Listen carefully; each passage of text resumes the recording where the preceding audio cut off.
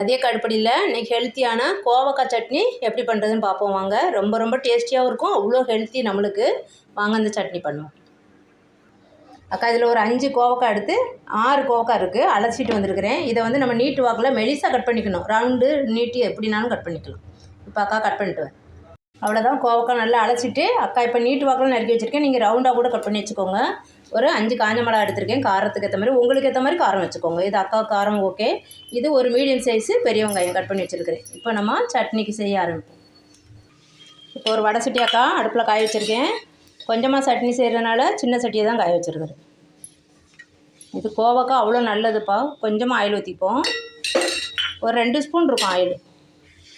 இந்த ஆயிலில் ஃபஸ்ட்டு நம்ம 1 ஸ்பூன் போல் கடலைப்பருப்பு போட்டுக்கணும். இது கொஞ்சம் வறுக்கிறது கலர் மாறணும். அவ்வளோதான். இப்போ கடலைப்பருப்பு இங்கே பாருங்கள் கலர் மாறிடுச்சு. இப்போ நம்ம அந்த கோவக்காய் வெங்காயம் காஞ்ச மிளகாய் எல்லாத்தையும் போட்டு இது மொத்தமாகவே வதக்கிடலாம். ஏன்னா கோவக்காய் வதங்குறதுக்குள்ள நம்மளுக்கு ஆனியனும் வதங்கிடும், காஞ்ச மிளகாயும் வதங்கிடும். அதனால் மொத்தமாகவே வதக்கிடலாம். இது கூட நம்ம தேவையான சால்ட்டையும் போட்டு வதக்கிடும். அக்கா 1/4 ஸ்பூன் கல் உப்பு போட்டிருக்கிறேன். இந்த அளவு சட்னிக்கு 1/4 ஸ்பூன் கல் உப்பு நல்லா வதக்கணும். நல்லா தலை எண்ணெய் ஊற்றி வதக்கினாலும் உங்கள் விருப்பம் தான். இங்கே பாருங்கள் அக்கா ஆயிலே இல்லை பாருங்கள், அந்த அளவு தான் அக்கா வதக்குவேன். ஏன்னா நம்மளுக்கு ஹெல்த்தி நல்லது ஓகே. நம்ம கீ அப்புறமா வேறு எல்லாத்துலேயும் பட்டர் ஏதாவது சேர்த்து சாப்பிட்ருதோம். அப்போ இந்த மாதிரி ஹெல்த்தியான சட்னி செய்யும்போது நம்ம ஆயிலை கொஞ்சம் கம்மி பண்ணிக்கிட்டிங்கன்னா அந்த சட்னிக்குள்ளே வேல்யூ நம்மளுக்கு அப்படியே ஹெல்த்தி கிடைக்கும். அதனால தான், வேறு ஒன்றும் இல்லை. நீங்கள் இதுக்கு எவ்வளோ ஆயில்னாலும் ஊற்றிக்கலாம். காரம் எவ்வளோ குறைக்கணுமோ அதையும் குறைச்சிக்கோங்க.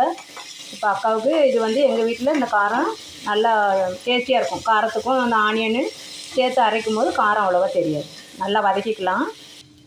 அவ்வளோதான், கோவக்காய் வறுபட்டுருச்சுப்பா. இங்கே பாருங்கள் கொஞ்சம் நிறம் மாறி இருக்கும். லைட்டாக எடுத்து வாயில் வச்சு கடிச்சு பார்த்திங்கன்னா அந்த காய் வதங்கினது தெரிஞ்சிடும், கோவக்காய் வதங்கினது.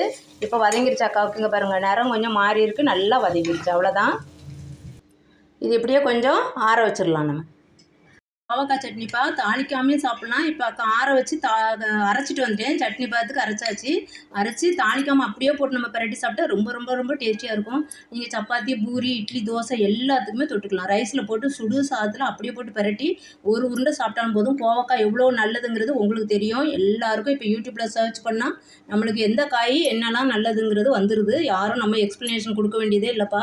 அதனால் இப்போ அவ்வளோ நல்லது இந்த காய். அக்கா வந்து வெறும் கடுகு, உளுத்தம்பருப்பு, ஒரே ஒரு காஞ்ச மிளகாய் கிள்ளி போட்டு தான் தாளிச்சிருக்கேன். கொஞ்சோண்டு கறிவேப்பிலை போட்டு ஆயில் ரொம்ப கம்மியாக ஊற்றி இந்த கோவக்காய் சட்னியை செய்யுங்க. அப்போ நம்மளுக்கு ஹெல்த்தி வந்து அப்படியே கிடைக்கும். அதனுடைய வேல்யூ, அதனுடைய ஹெல்த்து நம்மளுக்கு அப்படியே கிடைக்கும்.